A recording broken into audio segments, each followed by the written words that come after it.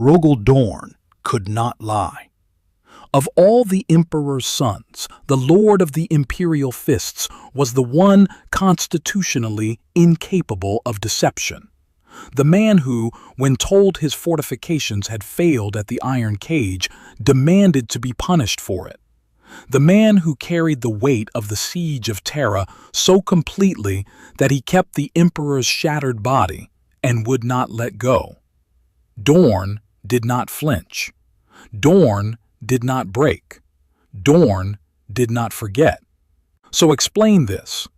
Late in the Heresy, Malcador the Sigillite, the Emperor's most trusted regent, the keeper of every secret on Terra, sat with Rogal Dorn and showed him something about the lost Primarchs, the 2nd and the 11th.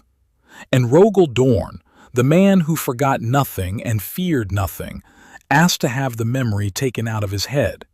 Not buried, not classified, erased.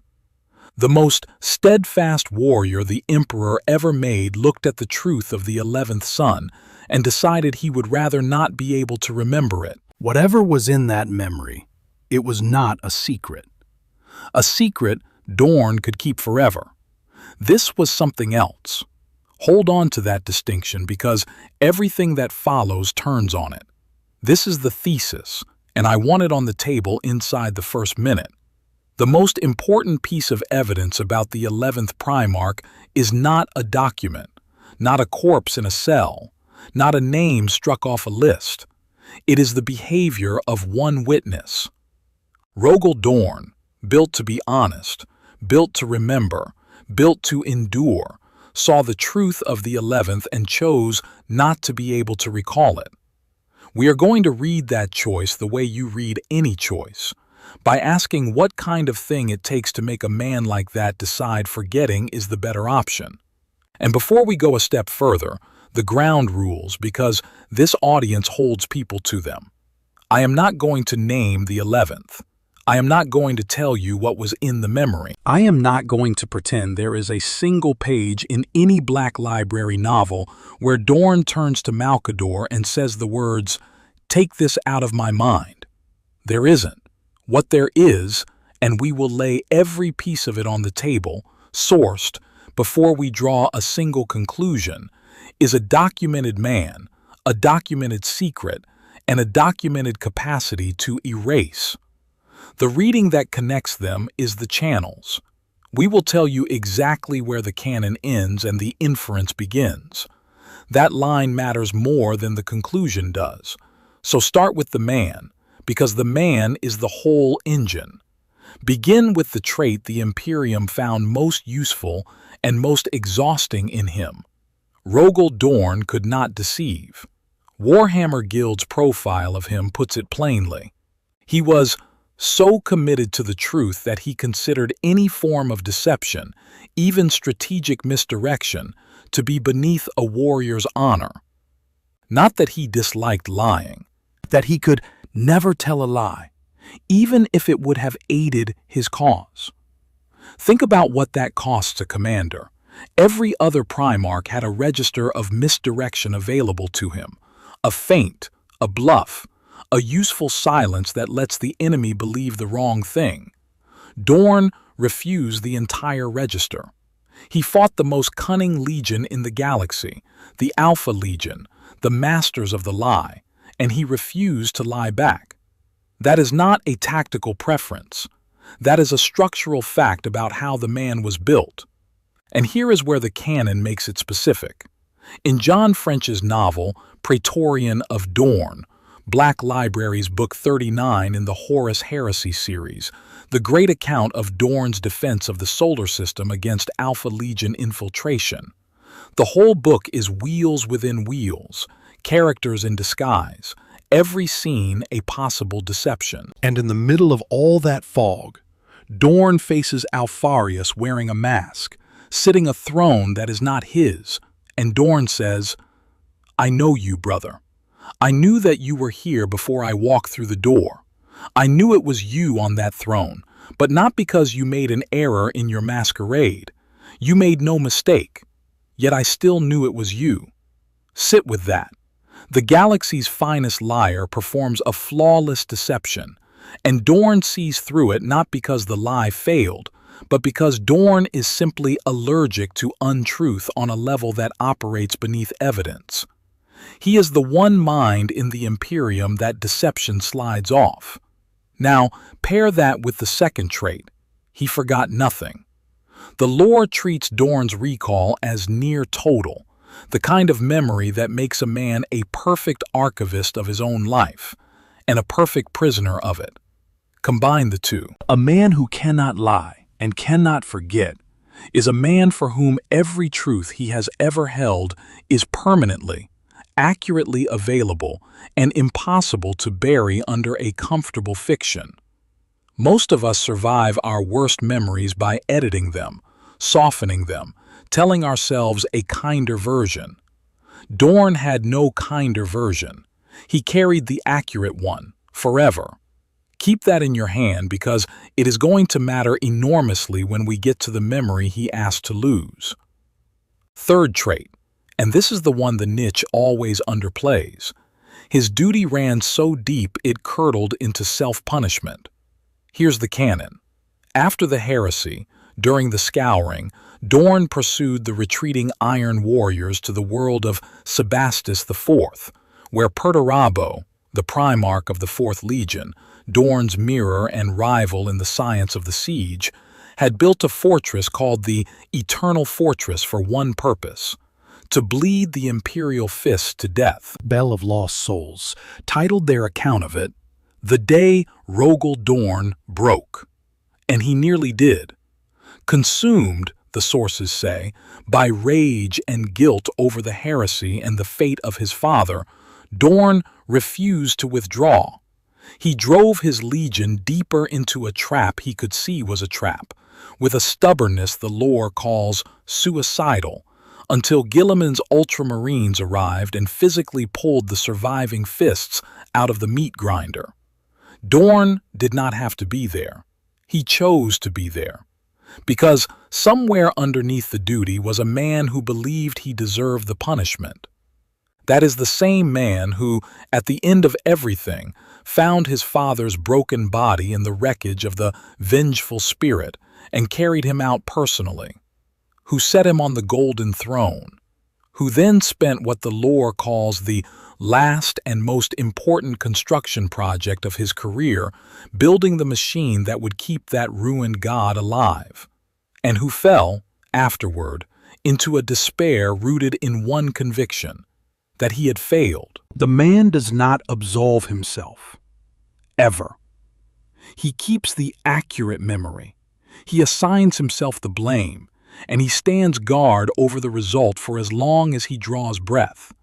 So assemble the portrait, because we are about to do something cruel to it. Honest past the point of usefulness. Total recall past the point of mercy. Dutiful past the point of self-harm. This is not a man who avoids hard truths. This is a man who seeks them out and then refuses to put them down. There is no Primarch in the entire roster who is worse suited, temperamentally, to the act of voluntary forgetting, which is precisely why the act, when it comes, is so loud.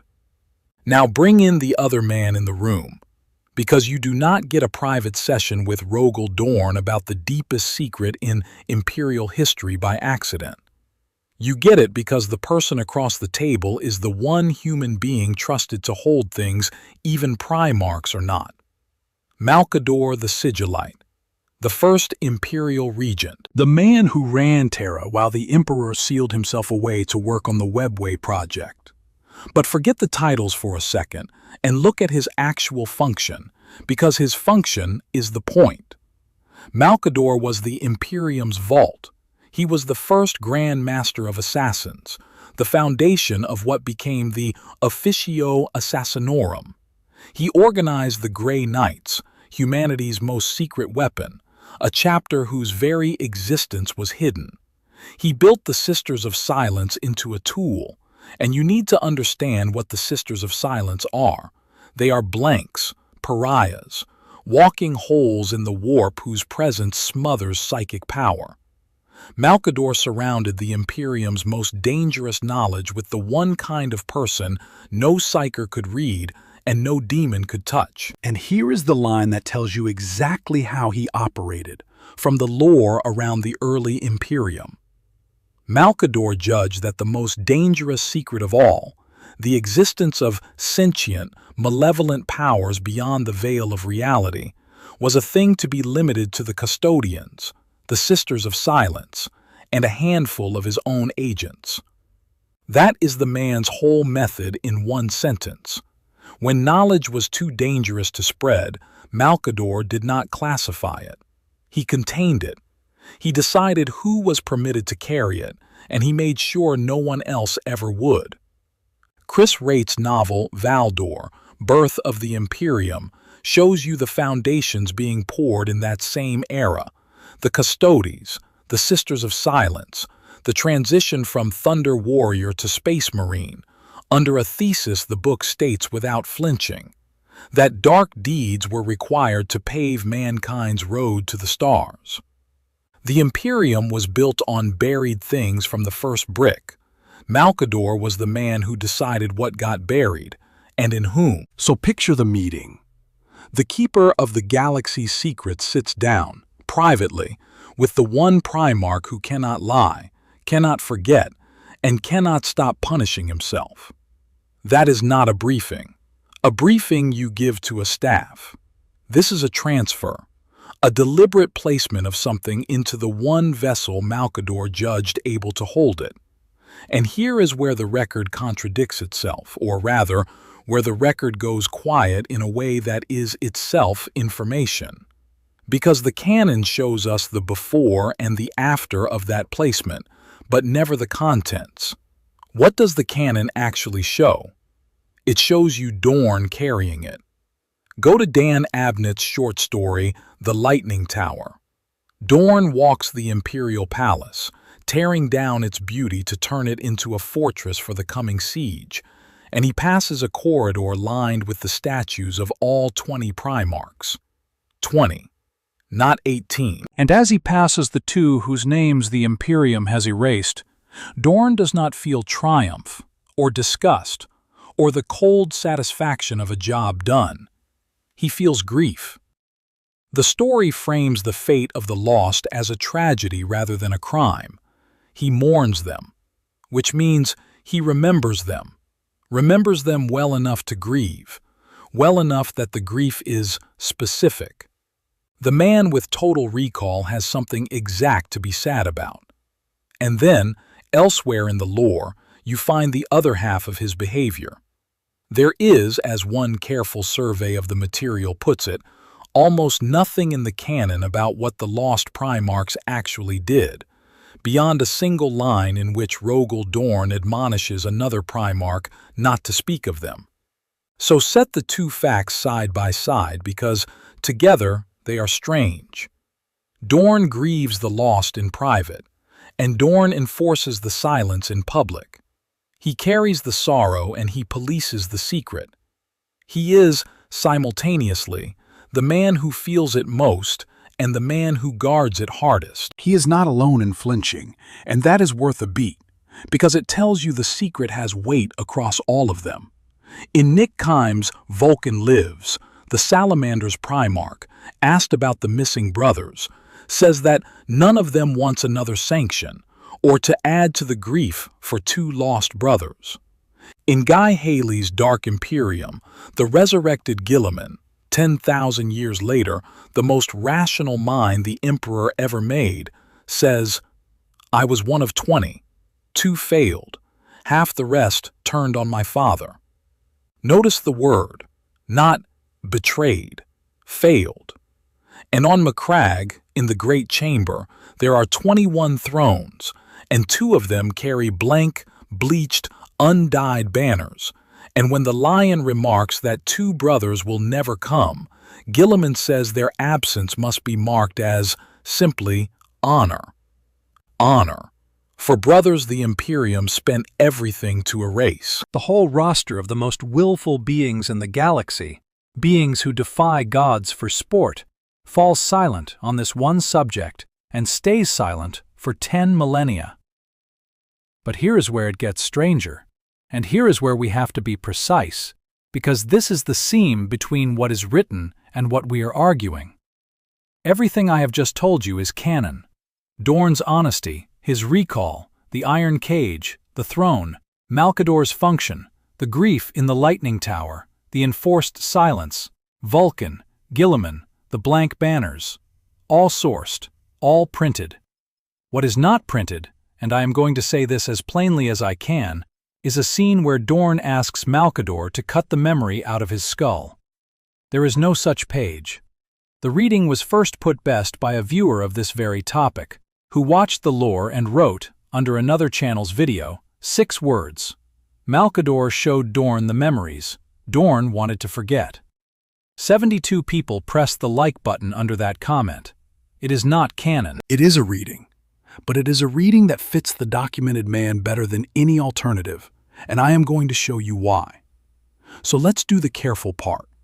Let's ask whether the mechanism even exists, because a theory that requires impossible machinery is just a wish. It does exist. Memory erasure is canon in this universe.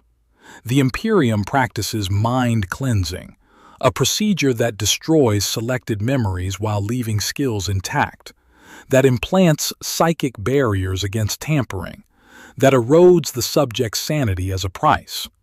The capability is documented, and the 2 greatest psychers on Terra are the Emperor and Malcador himself. If anyone in the galaxy could reach into Rogal Dorn's perfect, unforgetting mind and take one thing out of it cleanly, it is the man who sat across the table from him. The mechanism is real. The operator is real. The only thing we are inferring is the request. Now the heart of it. The analytical core, and it is a single, sharp distinction that the whole video has been walking toward. There is a difference between a thing you hide and a thing you cannot bear to hold, and that difference is the entire case. Think about what a cover-up is actually for. You suppress information because someone might reveal it. You classify a document because a person could read it aloud. You silence a witness because a witness can talk.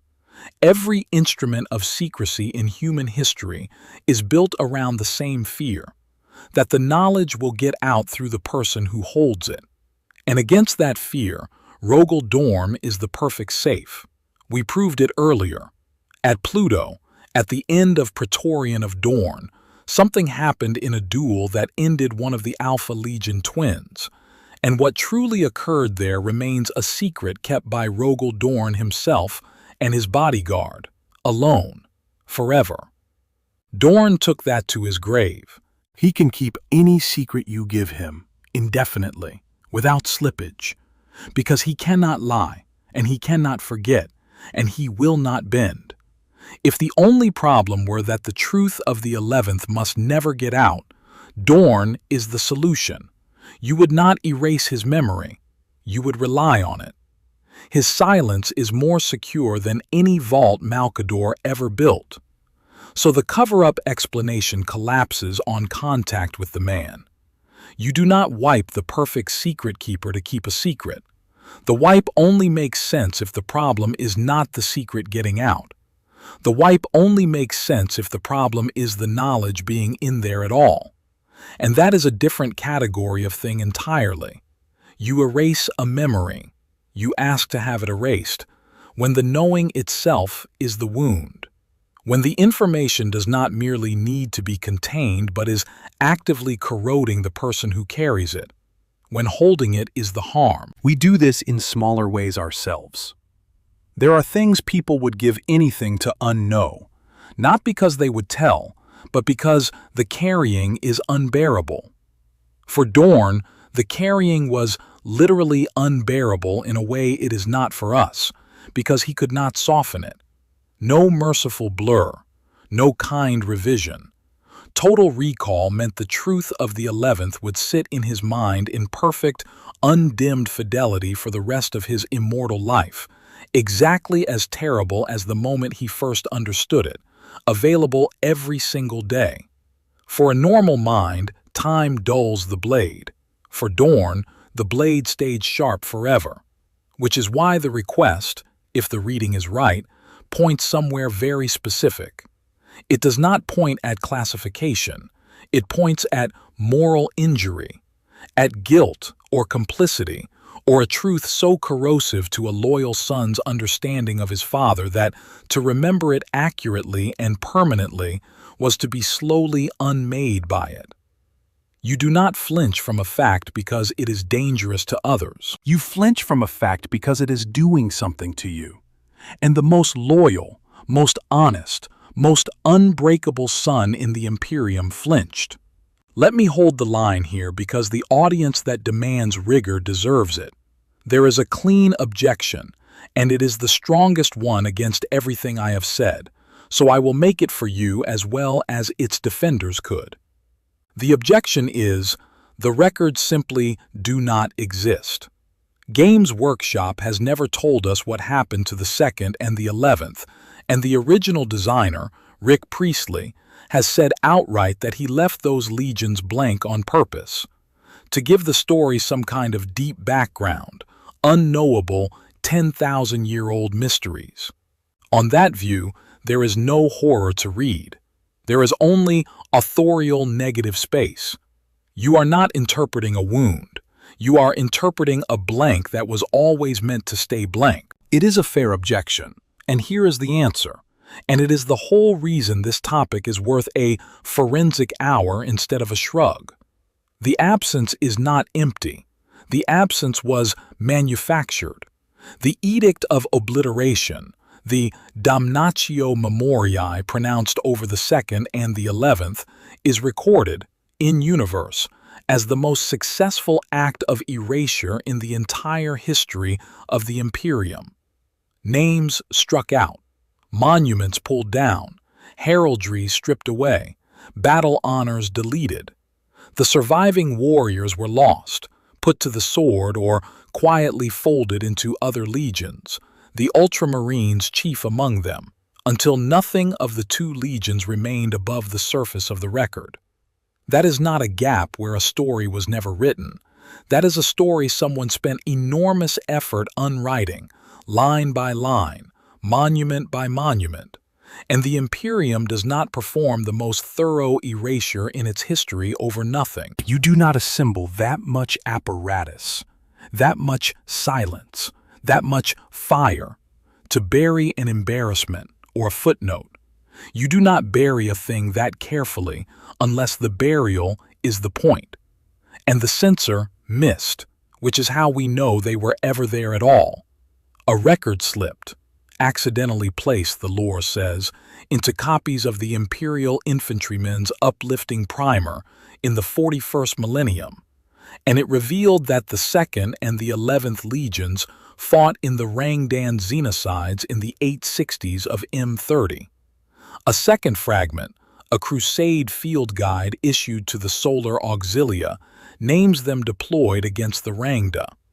The Rangdan Xenocides were the most terrible wars the young Imperium ever fought, worse than anything before the Heresy itself.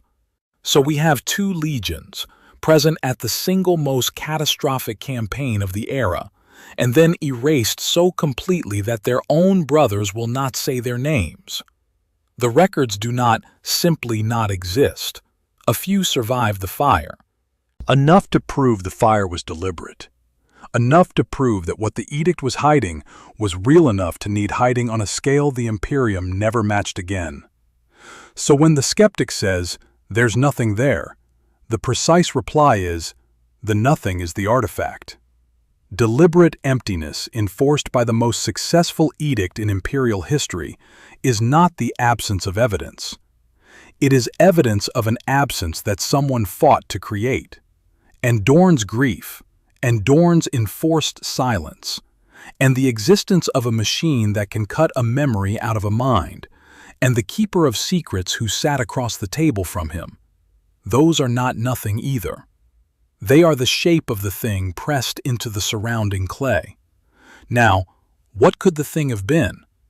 And here I am going to be disciplined, because this is exactly where the niche overclaims and gets punished for it, and we are not going to name a thing the canon refuses to name. But the cohort has already mapped the terrain, and the candidates are worth walking, because each one explains the wipe, and each one stays inside a named source. The first possibility is the one that turns the knife hardest, that the 11th was loyal, that he served faithfully and was erased anyway. Look again at Guilliman's word, failed, not betrayed, and at the blank banners on Macragge marked as honor, and at Vulcan grieving 2 lost brothers rather than condemning 2 traitors.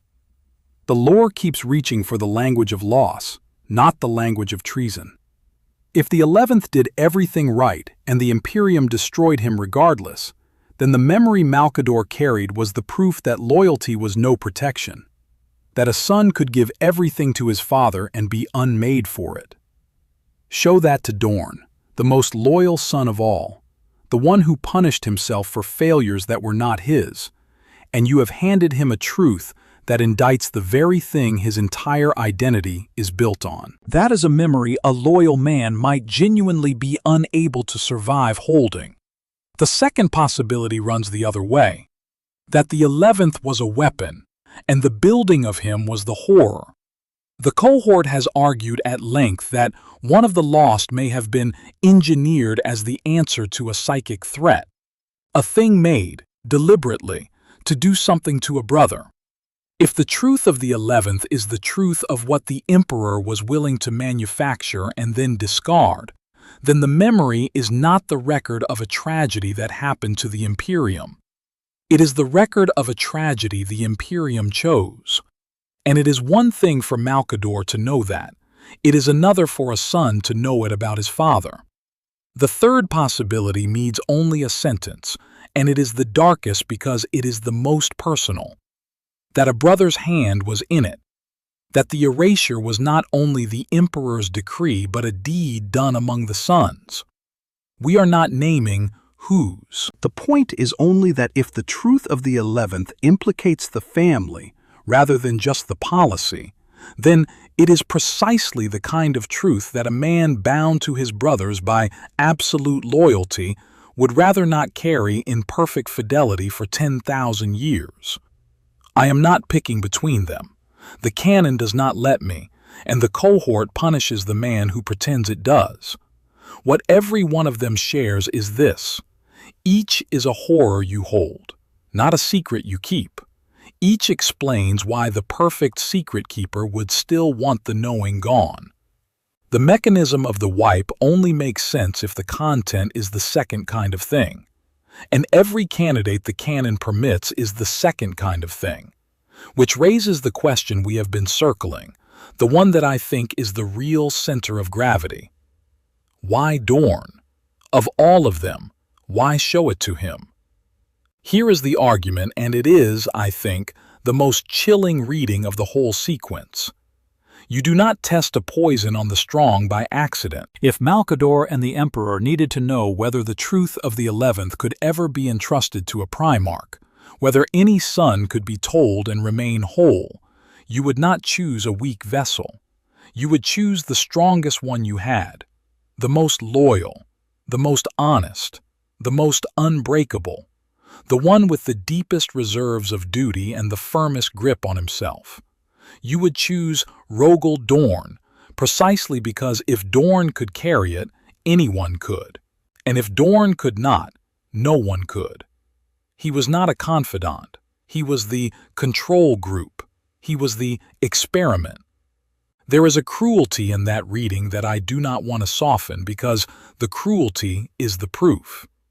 To choose Dorn as the test is to choose the son least able to refuse and least able to forget, to hand the worst truth in the galaxy to the one mind that would hold it in perfect, undimmed detail, and could not, by its own nature, look away from it or lie to itself about it. It is the most exacting possible measurement, and it was taken on the most loyal possible subject, by the two people best placed to take it. Nothing about that meeting was casual.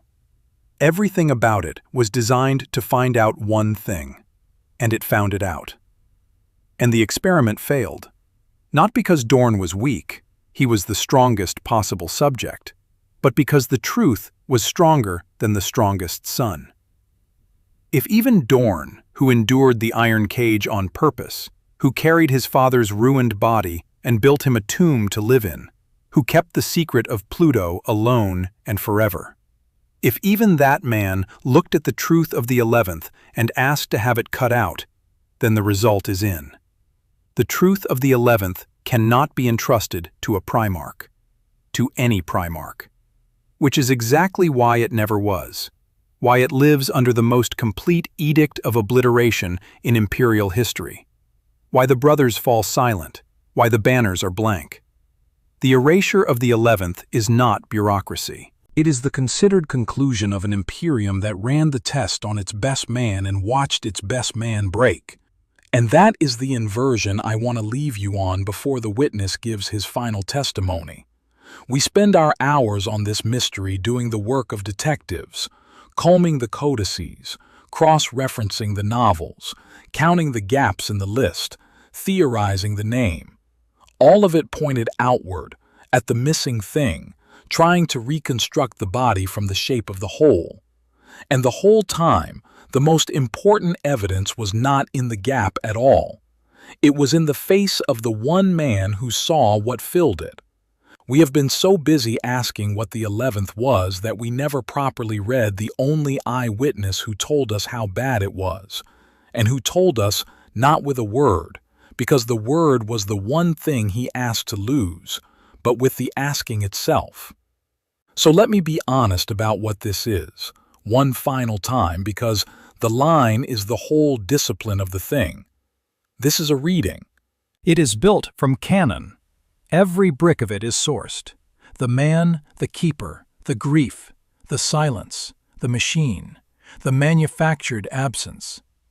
But the mortar between the bricks is inference, and the strongest version of the claim rests on the character of Rogal Dorn and the deliberate secrecy around the 2nd and the 11th, not on a single scene anyone can quote.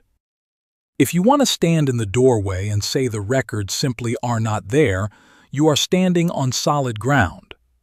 I will only ask you, on your way out, to look at how much effort someone spent making sure the records would not be there, and to notice that the man who grieved them is the same man who would not let anyone speak of them, and to ask yourself why a Primarch who never put down a single accurate memory in his entire life would want this one, specifically, gone. Because here is what it comes down to. Everything else about the 11th is theory. This is behavior. And behavior, in the end, is the only testimony that cannot lie, which is fitting because it came from the one witness who never could. We have spent a decade of theories trying to work out what happened to the 11th Primarch, combing codices, cross-referencing novels, counting the gaps in a list. But the most important witness already gave his testimony, and we keep ignoring it. Rogal Dorn, who could not lie, who would not bend, who forgot nothing in his entire life, saw the truth of the 11th son and asked to have it cut out of his own mind. That is not the behavior of a man keeping a secret. That is the behavior of a man who saw something he could not survive remembering.